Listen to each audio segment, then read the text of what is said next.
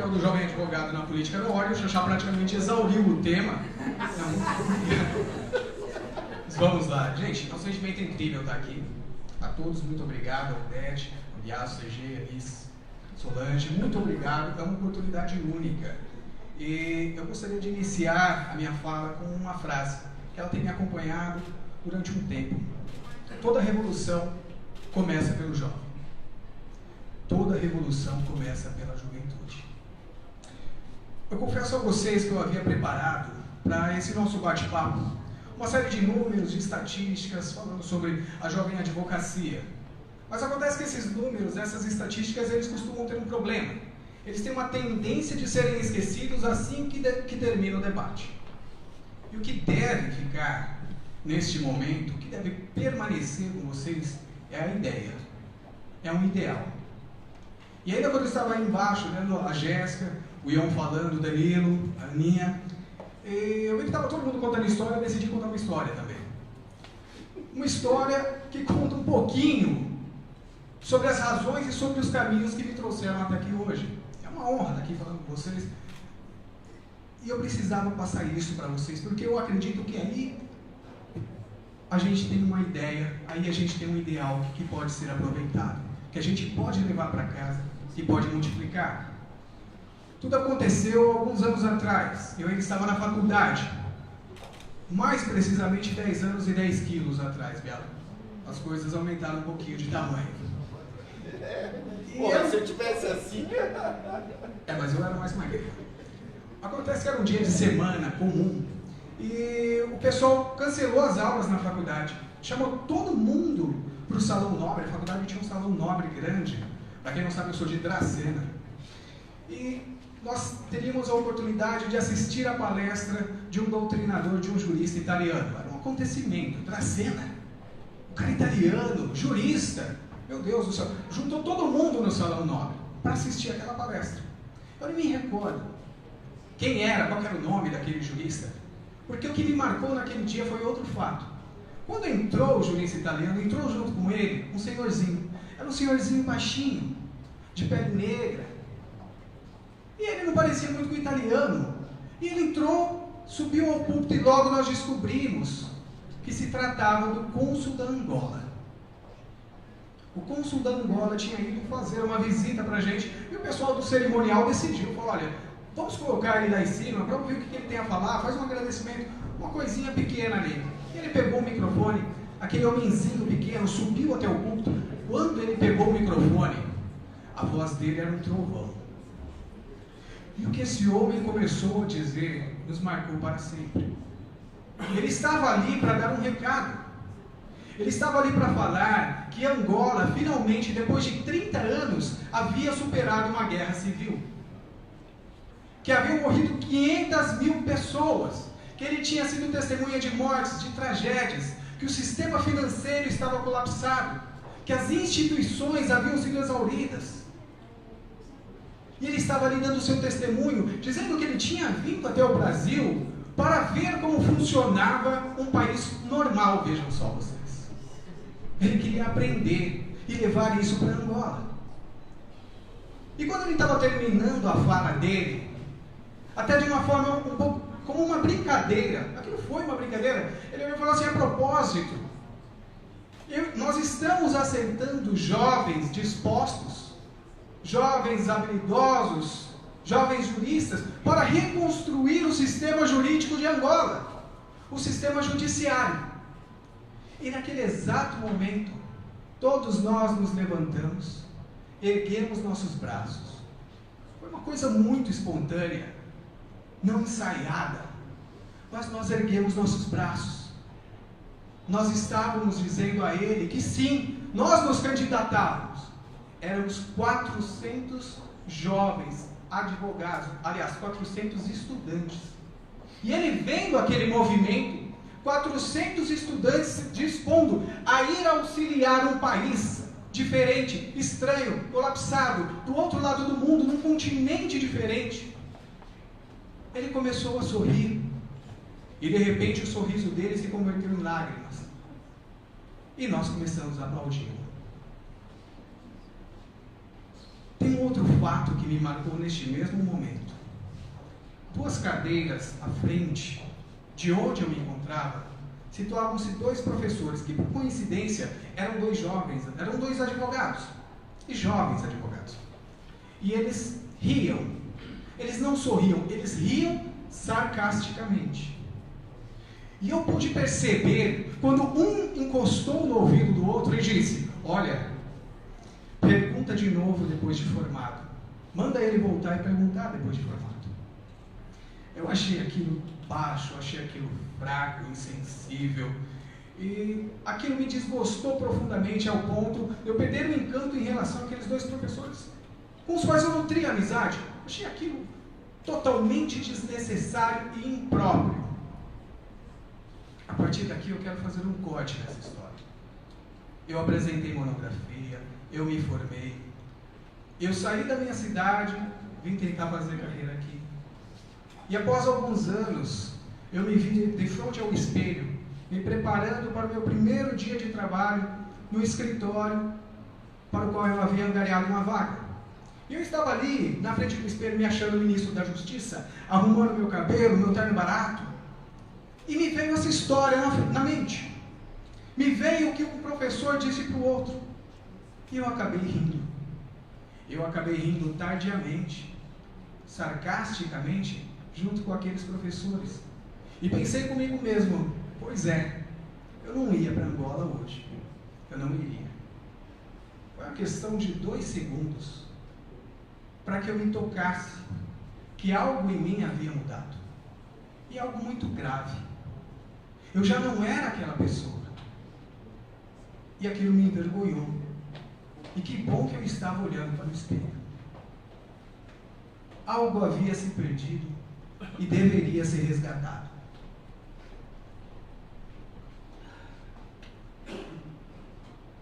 Quando nós estamos na faculdade, a gente tem uma tendência de agir como cardume, uma matilha. Pensamos coletivamente. Mexeu com um, mexeu com todos. Na faculdade, fabricávamos abaixo assinado em escala industrial, seja para reduzir o preço do xerox, seja para colocar cerveja na cantina da faculdade. Pois eis que a gente se forma, a gente pega a carteira da OAB e metem na nossa cabeça que a gente tem um mercado de trabalho a ser disputado e que a gente precisa ficar em primeiro lugar. Primeiro lugar para passar no concurso público, primeiro lugar para passar na entrevista de emprego. E dentro do emprego a gente tem que se destacar em detrimento de nossos outros colegas jovens advogados e jovens advogadas. E de repente estamos sozinhos. E quando nos encontramos numa enrascada, percebemos que sim, definitivamente, nós estamos sozinhos. E isso é muito grave. Isso não pode acontecer. Hoje, eu acredito que é o dia, eu estou aqui para dizer para vocês, é o dia de nós resgatarmos esse sentimento acadêmico, esse sentimento coletivo. O meu painel fala sobre o papel e a força do jovem advogado na política da ordem, não da ordem, na política. O papel do advogado, todo mundo já disse aqui, ele está limitado. O papel do jovem advogado está limitado, porque nós temos uma excrescência jurídica. Um instituto que impede o acesso do advogado que não tenha 5 anos de advocacia comprovada a ser eleito para cargos na ordem. Isso precisa acabar. E é muito fácil explicar por que precisa acabar. Precisa acabar porque a partir do primeiro dia que você pega a sua carteira da ordem, você é obrigado a contribuir com a OAB nos mesmíssimos valores do decano mais bem sucedido. Isso tem que acabar porque no primeiro dia que você pega a carteira da ordem, você está passível de ser responsabilizado perante o Tribunal de Ética e Disciplina. Aliás, muito antes disso, como estagiário, isso é absurdo, você está passível de responsabilização. Você entende que isso é absurdo quando compreende que no primeiro dia como advogado, você está capacitado pela lei para sustentar oralmente no plenário do Supremo Tribunal Federal perante a mais grave das causas. Mas para a ordem dos advogados do Brasil, Você é relativamente incapaz para o exercício dos direitos políticos perante a ordem. Isso é absurdo e isso precisa acabar. Mas infelizmente a gente ainda vive essa realidade.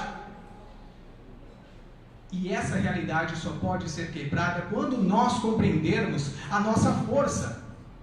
O que nos faz forte. E o que nos faz forte é a nossa quantidade. Somos hoje, dependendo da régua, de 30% a 50% dos inscritos na Ordem dos Advogados do Brasil. Nós temos a tendência de pensar no singular, mas 30%, 50% não fazem a diferença numa eleição. 30% a 50% decidem uma eleição. E é por isso que eu estou aqui hoje, para chamar vocês, se não é possível aqueles que não têm 5 anos, se não é possível aqueles que não ultrapassaram a cláusula de barreira, levantemos, vamos dar as mãos e lutar, apoiando quem apoia a nossa luta. E aqui nós temos 3 jovens candidatos. O Piazza, inclusive, tem cara de estagiário.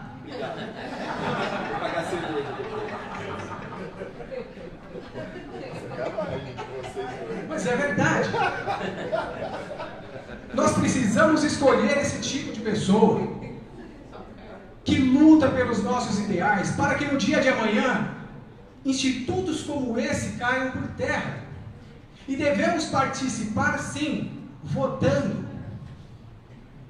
indicando projetos de lei para a OAB. Eu vou falar porque o Piazza pediu, porque ele esqueceu. Mas como o jovem advogado, nós levamos até o grupo da campanha um projeto para que a OAB tivesse um convênio com a IBM ou com qualquer outra empresa do setor de inteligência, para que fornecesse subsídio, para que tivesse um convênio para que os advogados, os jovens advogados, os velhos advogados, tivessem acesso a programas de inteligência artificial e utilizassem em seus escritórios, tornando assim a utilização da inteligência uma questão democrática, quebrando a diferença entre os grandes e os pequenos escritórios. Dessa forma, nós podemos participar da política da ordem, sim. E podemos fazer valer a nossa voz, os nossos 30%, os nossos 50% de participação. Podemos fazer valer a nossa capacidade de mexer com Facebook, Instagram, Twitter, e o pessoal mais velho não entende disso.